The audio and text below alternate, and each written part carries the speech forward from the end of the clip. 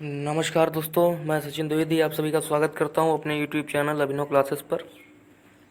आज हम लोग डीएलएड सेकंड सेमेस्टर में जो सामाजिक अध्ययन है उसका पहला जो अध्याय है मौर्य साम्राज्य के बारे में जो भी डिटेल है उस पर हम लोग डिस्कस करेंगे।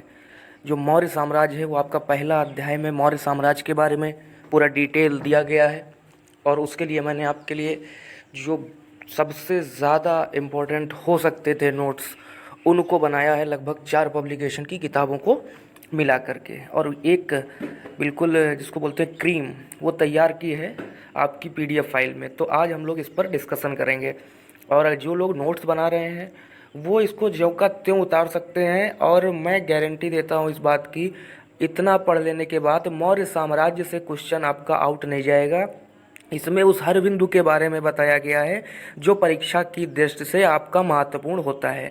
तो चलिए स्टार्ट करते हैं आज का वीडियो से पहले मैं आपको बता दूं, जो लोग चैनल पर पहली बार आए हैं वो चैनल को ज्वाइन कर लें, और जो रेगुलर चैनल पर हैं वो तो अच्छी बात है, और साथ में लाइक करते रहें, कमेंट करते रहें, कैसा लगा ये बताते रहें। इससे एक प्रेरणा मिलती रहती है अन्य वीडियो बनाने के लिए। ठीक है, तो चलिए स्टार्ट करते हैं आज का वीडियो। जैसा कि आप सबसे पहले ऊपर देख रहे हैं कि यहाँ पर मौर्य साम्राज्य के बारे में डिस्कशन करना है हम लोगों को। तो मौर्य साम्राज्य में सबसे पहले क्या है, मौर्य शासकों की एक सूची है। सबसे पहले हम लोग क्या करते हैं, मौर्य शासक कौन हुए हैं, कितने हुए हैं, क्या है, उसका एक डिटेल छोटा सा समरी ले लेते हैं। ठीक है, तो सबसे पहले आपको पता है मौर्य साम्राज्य जो था उसमें जो पहला शासक हुआ है वो आपका चंद्रगुप्त मौर्य हुआ है। ये बात तो आपको सबको पता है। ये जो भाई साहब थे वो 322 से 298 मतलब 24 वर्ष तक इन्होंने शासन किया है। ठीक है, मौर्य साम्राज्य बनने का क्या प्रक्रिया थी आप सभी को पता होगा। मैं एक समरी आपको बता देता हूँ। घनानंद का जो राज्य था वो पाटलिपुत्र में था। सिकंदर के आक्रमण के समय तक्षशिला के एक विद्वान चाणक्य जो कि नंद की सभा में आते हैं और नंद उनका अपमान करता है। ये मोटी मोटी समरी है, आप समझ लीजिए। नंद उनका अपमान करता है और उन्हें दरबार से बाहर फेंक देता है। इससे उनकी शिखा चोटी जो है वो खुल जाती है, और उसी समय पंडित चाणक्य जो हैं वो एक प्रतिज्ञा करते हैं कि जब तक आपके वंश का मतलब नंद के वंश का समूल नाश न कर दें तब तक वे अपनी शिखा को नहीं बांधेंगे। ठीक है, तो ये एक कहानी होती है। फिर रास्ते में चंद्रगुप्त मिलते हैं और वो पूरा कहानी डिटेल में आपको किताबों में आपके मिल जाएगी। लेकिन हमको यहाँ पर क्या पढ़ना है, जो परीक्षा की दृष्टि से सर्वोत्तम है उस पर हमें चर्चा करनी है। ठीक है, तो पहला जो आपका शासक हुआ वो चंद्रगुप्त मौर्य हुआ। दूसरा उसके बाद में उसका पुत्र हुआ बिंदुसार, और तीसरा बिंदुसार का पुत्र हुआ अशोक। अशोक को महान अशोक के नाम से हम लोग जानते हैं, या अशोक वर्धन के नाम से हम लोग जानते हैं। ठीक है, उसके बाद जो आपके ये शासक हुए हैं कुणाल, दशरथ, संप्रति, ये देववन या सतवंत, जो यहाँ तक आपके बृहद्रथ तक, जो वैद्रथ तक आपके हुए हैं यहाँ तक, तो आपको ये बीच कर अगर आपको याद नहीं रहते हैं तो कोई दिक्कत नहीं है। आपको याद कौन से रखने हैं, चंद्रगुप्त मौर्य, बिंदुसार, उसके बाद में आपका अशोक। बीच के अगर आपको याद नहीं रहते कोई दिक्कत नहीं है, पेपर में बहुत महत्वपूर्ण नहीं है, शायद कभी भी ना पूछे जाए। डिटेल के लिए मैंने आपको यहाँ पे लिख दिए हैं। उसके बाद मेन जो फैक्ट आता है कि एक सवाल पूछा जाता है कि मौर्य साम्राज्य का अंतिम शासक कौन था, तो वैद्रथ ये अंतिम शासक था मौर्य साम्राज्य का। ठीक है, और पूछा जाता है इसे किसने मारा था, तो इसे जो है पुष्पमित्र शुंग ने मार दिया था। ठीक है, पुष्पमित्र शुंग ने मार दिया था। उसके बाद में उसने शुंग वंश का शासन जो था भारत में प्रारंभ हो गया था। ठीक है, क्योंकि अशोक के बाद के जो उत्तराधिकारी थे वो उतने ज़्यादा प्रभावशाली नहीं हो पा रहे थे, वो प्रभावहीन होते चले जा रहे थे, इसलिए इसका जो मौर्य वंश है वो 185 ईसा पूर्व में समाप्त हो गया। पुष्पमित्र शुंग ने आखिरी जो वंशज थे उनके वैद्रथ उनका वध कर दिया और शुंग वंश की स्थापना कर दी। ये आपका एक डिटेल है। ठीक है, अब हम लोग स्टार्ट करेंगे मेन फैक्टर। मेन फैक्टर आपके क्या है, चंद्रगुप्त मौर्य। चंद्रगुप्त मौर्य को बताने से पहले मैं आपको बता दूं कि चाणक्य जो हुए हैं, चाणक्य महोदय जो हुए हैं वो इनके गुरु हुए हैं। ठीक है, उन्हीं की गुरु की ही एक देन है जो इन्होंने पूरा जो एक मौर्य साम्राज्य था उस पर का इन्होंने एक पूरा सा जो एक डायनेस्टी तैयार की थी, एक पूरा राज्य तैयार किया था, ये उस गुरु की ही देन थी। ठीक है, अब हम लोग जानते हैं कि चंद्रगुप्त मौर्य के बारे में। चंद्रगुप्त मौर्य के बारे में जानने के लिए सबसे पहला फैक्ट मिलता है कि जो मौर्य साम्राज्य है वो प्राचीन भारत का एक शक्तिशाली राजवंश था। कहने का मतलब है जो संयुक्त राज्यवंश बने हैं उनमें पहला जो राज्यवंश मिलता है इतिहास में वो आपका मौर्य राजवंश आता है या मौर्य साम्राज्य आता है। ठीक है, ये फैक्ट आपको पता चल गया। ठीक है, उसके बाद दूसरा आता है इसकी स्थापना का श्रेय जो है वो चंद्रगुप्त मौर्य और कौटिल्य। देखिए कौटिल्य जो है उन्हीं को चाणक्य बोला गया है और उन्हीं को विष्णुगुप्त बोला गया है। ठीक है, अर्थशास्त्र के लेखक हैं, ये बात आपको जरूर याद रखनी है। इनके 3 नाम हैं, कौन कौन से? कौटिल्य, चाणक्य और विष्णुगुप्त। और इन्होंने एक महान ग्रंथ की रचना की है जिसे अर्थशास्त्र कहते हैं। ठीक है, उसके बाद में आपका अगला आता है कि चंद्रगुप्त ने सिकंदर अलेक्जेंडर के नाम से सिकंदर को जाना जाता है। सिकंदर के सेनापति था सेल्यूकस। सिकंदर का सेनापति था सेल्यूकस। उसके साथ कब युद्ध किया था? 305 ईसा पूर्व के आसपास हराया था। मतलब हराया का मतलब युद्ध किया था। ठीक है, तो आपको याद क्या रखना है? सेल्यूकस से अगर कभी पूछ दिया जाए युद्ध कब हुआ था तो 305 ईस्वी में। जो पूछे जाते हैं फैक्ट वो सारे मैं आपको यहाँ पर क्लियर कराऊंगा। 305 ईसा पूर्व में उसने जो सेल्यूकस था, सेल्यूकस को सिकंदर ने हरा दिया था। सॉरी, सिकंदर ने नहीं, चंद्रगुप्त ने हरा दिया था, जो कि सिकंदर का सेनापति था। ठीक है, उसके बाद अगला आता है जो ग्रीक जो जानते हैं, ग्रीक एक भाषा है, विवरण में इसका उल्लेख नहीं मिलता है। ग्रीक में जो इतिहास लिखा हुआ है उसमें इसका वर्णन नहीं मिलता है। बस कहा क्या जाता है कि चंद्रगुप्त को जो यूनानी लोग हैं वे सेंड्रोकोटस, ठीक है, सेंड्रोकोटस, वहां पर जो नाम इनका लिखा जाता है चंद्रगुप्त का वो ये लिखा जाता है।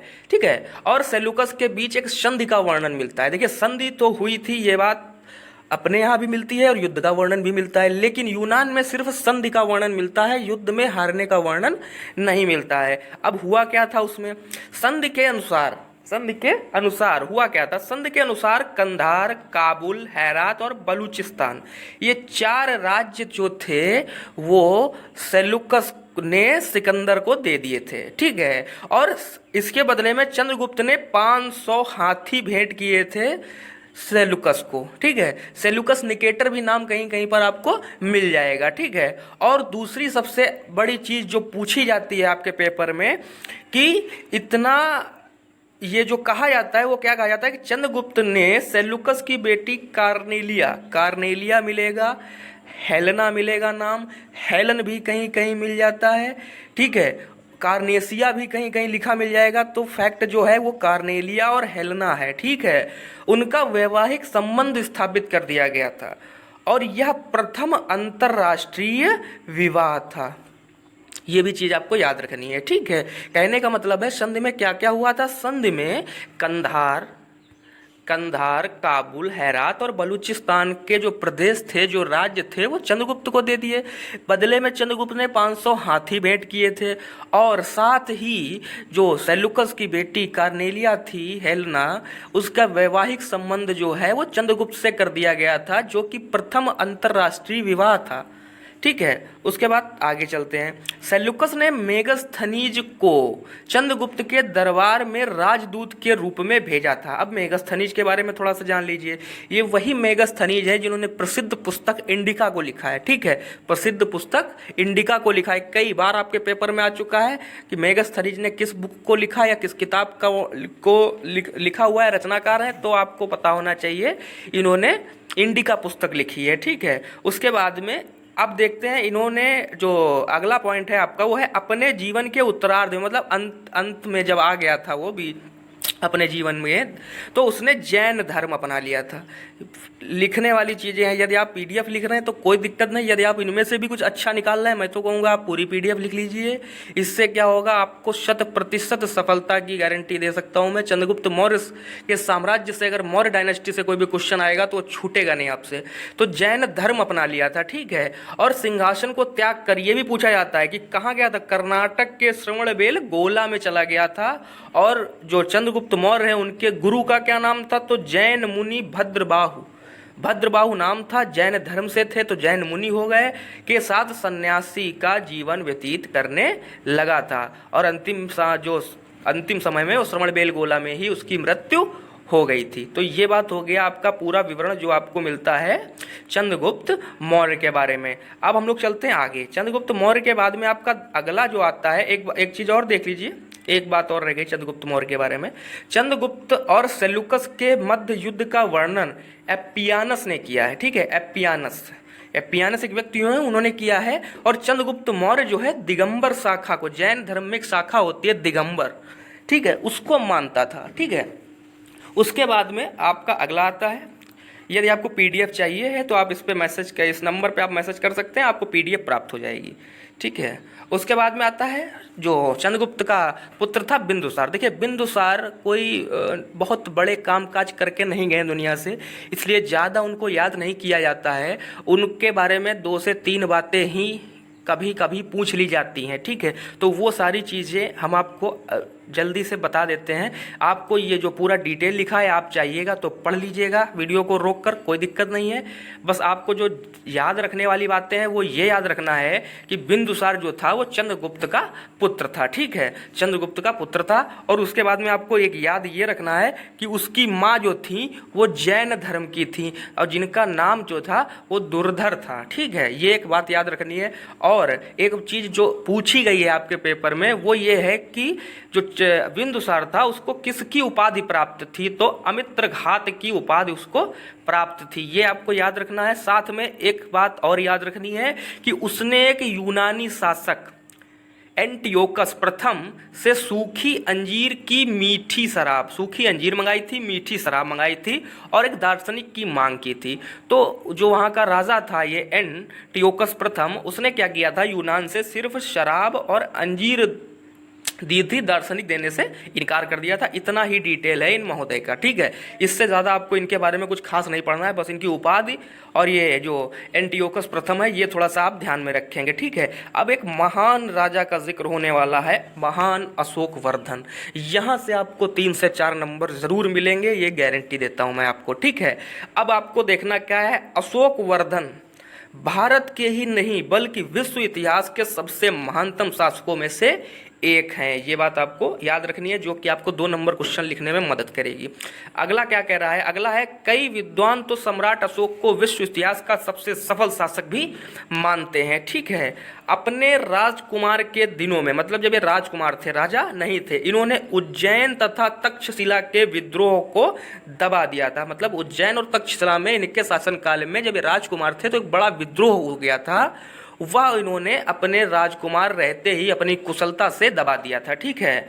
उसके बाद में आपका आता है कि कलिंग की एक लड़ाई हुई थी। कलिंग की लड़ाई जो है 261 में हुई थी, हाथियों के कारण, मतलब हाथियों के लिए इसका युद्ध हुआ था। आगे हम वर्णन पढ़ेंगे इसका, तो इसके लिए हम पहले ये देख लेते हैं कि क्या मतलब इनके बारे में है कि जो जीवन में एक निर्णायक मोड़ साबित हुई, उनका मन युद्ध और नरसंहार की ग्लानि से भर गया, ठीक है। और जब इनका जो नरसंहार की हानि से भर गया तो इन्होंने क्या किया कि बौद्ध धर्म अपना लिया। ये ध्यान रखने वाली बात है कि चंद्रगुप्त मौर्य ने जैन धर्म अपनाया था, भद्रबाहु उनके गुरु थे जैनी, और लेकिन अशोक ने बौद्ध धर्म अपनाया है, ठीक है। और इसका प्रचार करने के लिए बहुतायत कार्य भी किए, ठीक है।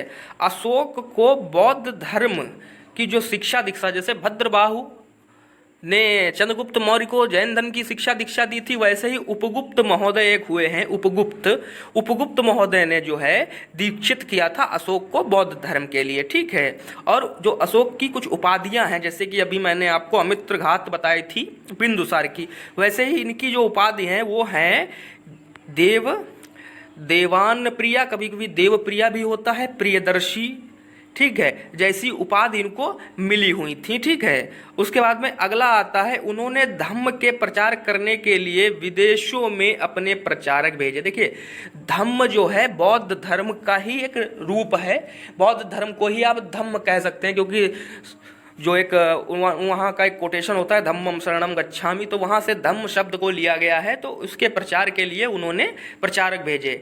यहाँ तक कि उन्होंने अपने पुत्र महेंद्र और बेटी संघमित्रा को उन्होंने राजधानी पाटलिपुत्र से श्रीलंका कैसे भेजा, जलमार्ग के रूप में। क्वेश्चन आपसे ये पूछा जाता है कि चंद्रगुप्त मौर्य ने श्रीलंका किसको भेजा या किन उनके पुत्र और पुत्रियों का नाम क्या था, ये आपसे पूछा जा सकता है, ठीक है।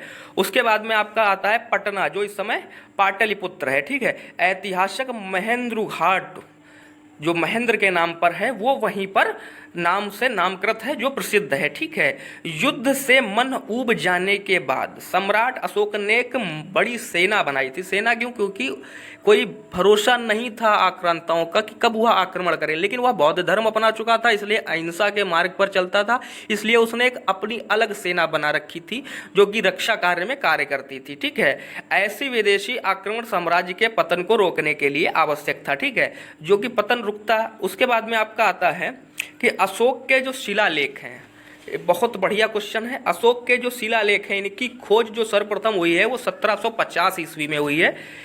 फेंथेलर एक पुरातात्विक हुए हैं, उन्होंने इसकी खोज की है। उन्होंने इसकी संख्या जो है वो 14 बताई है। आपको याद क्या क्या इसमें रखना है? आपको याद रखना है इनका नाम फेंथेलर, 1750 याद रखना है, और 14 याद रखना है जो इनकी संख्या थी। ठीक है, उसके बाद में ये क्वेश्चन कई बार आपसे पूछा गया है पेपर में कि अशोक के अभिलेखों की सर्वप्रथम पढ़ने में सफलता किसने प्राप्त की थी? तो वो आपके जेम्स प्रिंसेप साहब हैं। उन्होंने 1837 ईस्वी में इसको जो पढ़ने का है वो सफलता प्राप्त कर ली थी। और जो अशोक के स्तंभ लेख हैं वो आपके मिलते हैं 7। देखिए, जो अशोक के शिलालेख हैं वो 14 हैं और स्तंभ लेख हैं जो वो 7 हैं। ये बात आपको याद रखनी है। ठीक है, उसके बाद में आपका आता है मुद्रा राक्षस और देवी चंद्रगुप्तम। ये 2 ऐसी बुक हैं जो एक आपको जरूर पूछी जाएगी, और ये दोनों जो है वैशाख दत्त के नाटक हैं। ठीक है, ये मुद्रा राक्षस और देवी चंद्रगुप्तम वैशाख दत्त ने लिखी है, जिसका प्रमाण मौर्य काल से मिलता है। ठीक है, अब छोटा सा एक डिटेल है अशोक के बारे में, वो हम लोग बस जान लेते हैं यहाँ पर। अशोक गद्दी पे बैठने से पहले अवंत उज्जैन का सूबेदार था। कई बार क्वेश्चन ये आपसे पूछा गया है। ठीक है, कलिंग युद्ध में जो अशोक और नंदलाल के मध्य हुआ था, नंदराज के मध्य, ये आपको याद रखना है किसके किसके मध्य हुआ था। तो ये आपका नंदराज और अशोक के मध्य में हुआ था। ठीक है, अब ये आपसे पूछा जाएगा कि ये कब हुआ था? तो ये मध्य में 261 ईसा पूर्व में हुआ था। ठीक है, जिसमें अशोक की विजय हुई थी। अशोक का जो हृदय परिवर्तित यहीं से हो गया, जैसा आपने ऊपर पढ़ा था कि नरसंहार को सहन नहीं कर पाया और उसने कभी भी युद्ध न करने की कसम खा ली। इसके अलावा आपका किसी भी युद्ध या किसी भी मौर्य साम्राज्य के राजा का वर्णन आपको मौर्य साम्राज्य में सेकेंड सेमेस्टर में आपको नहीं मिलेगा। ये वीडियो आपने जो देखी है, अगर आप इसको पूरा का पूरा नोट्स कंप्लीट कर लेंगे तो मैं आपको 100% गारंटी दे सकता हूँ कि आपका एक भी नंबर का मौर्य साम्राज्य से क्वेश्चन बाहर नहीं जाएगा। ठीक है, तो वीडियो देखने के लिए धन्यवाद। अब हम लोग मिलेंगे अगले वीडियो में, जहाँ पर हम लोग बात करेंगे गुप्त वंश की। ठीक है, गुप्त वंश की बात हम लोग करेंगे, जो अगला चैप्टर आपका आता है। ठीक है, तब तक के लिए धन्यवाद, और वीडियो को लाइक करते रहिए, शेयर करते रहिए, कमेंट करते रहिए, और जो लोग नए हैं वो लोग चैनल को ज्वाइन कर लें, और जो आपके मित्र लोग हैं जो सेकंड सेमेस्टर में हैं उन तक भी आप इस वीडियो को पहुंचा दीजिए। और अगर आपको पीडीएफ चाहिए है तो आपको पता है पीडीएफ कैसे लेना है, आप वहां पे मैसेज कर देंगे व्हाट्सएप पे, आपको पीडीएफ अवेलेबल हो जाएगी। वीडियो देखने के लिए धन्यवाद।